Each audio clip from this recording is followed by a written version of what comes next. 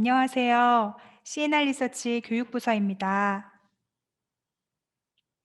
의약품 부작용 사례로 유명한 1957년 탈리도마이드 사건 이후 약물 감시의 필요성이 대두된 바 있죠.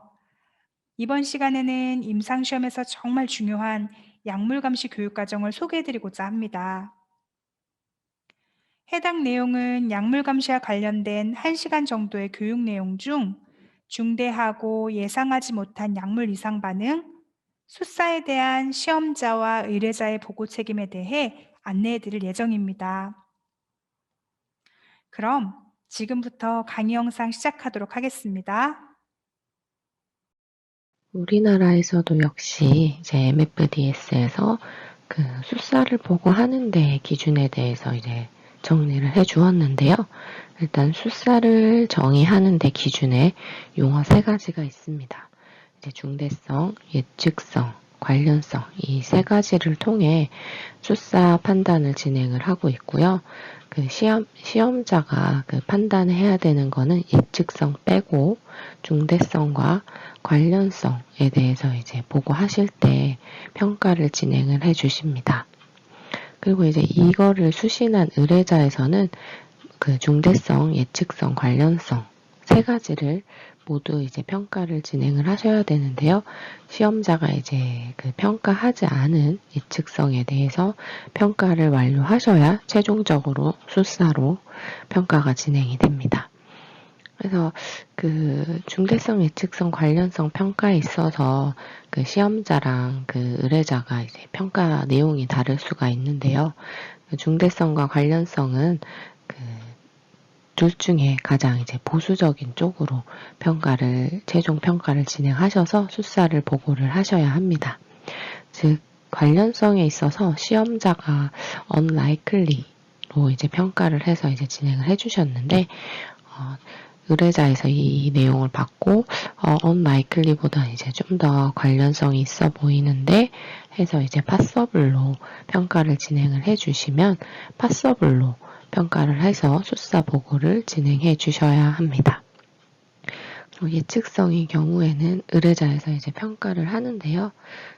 예측성의 경우에서는 그 이상 반응이 IB에 이제 기재가 되었는지 또는 IB가 요구되지 않거나 사용 가능하지 않다면 일반적인 임상시험 계획이나 그 밖에 최근에 신청된 임상시험 계획에 기재된 위험 정보와 일치하지 않는지 근거해서 예상하지 못한 정의에 부합하는 사례인지 여부를 결정하셔야 합니다.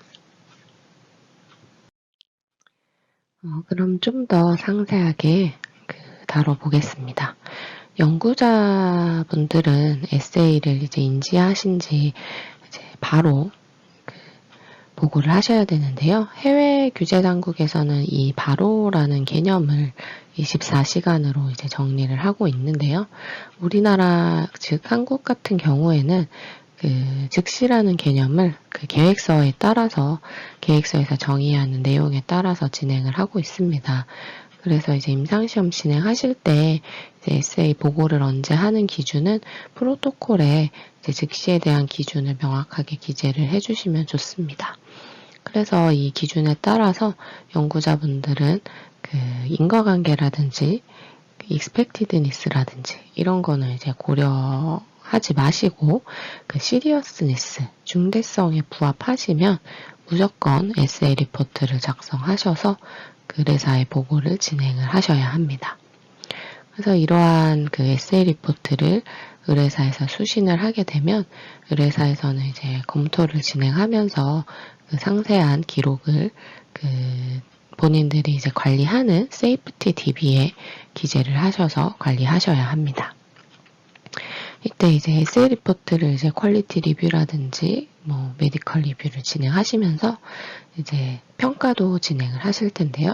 평가를 진행하실 때는 중대성, 그 관련성, 그리고 예측성 세 가지에 대해서 의뢰사에서는 진행을 하셔야 합니다.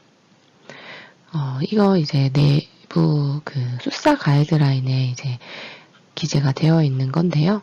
MFDS에서는 국내에서 발생한 수사는 반드시 이제 7일, 15일 보고기한을 준수하여야 한다고 이야기하고 있고, 이제 다만 이제 국외에서 임상시험을 진행하거나 국외에서 이제 수신된 에세이의 경우에는 국가 간 시차가 있기 때문에 1일 정도의 예의를 두을 수 있다고 합니다. 그래서 해외에서 발생한 출산은 동보고기한을 엄격히 적용하긴 곤란하고 이제 가능한 보고기한 내에 보고할 수 있도록 권장한다라고 가이드라인 내에 기재가 되어 있습니다. CNR 아카데미 홈페이지에 개설된 파머코비질런스 인 클리니컬 트라이얼 교육을 통해 약물 감시와 관련한 내용을 전체적으로 훑어보시는 시간이 되길 바랍니다. 그럼 다음번에 유익한 강의로 또 찾아뵙겠습니다. 감사합니다.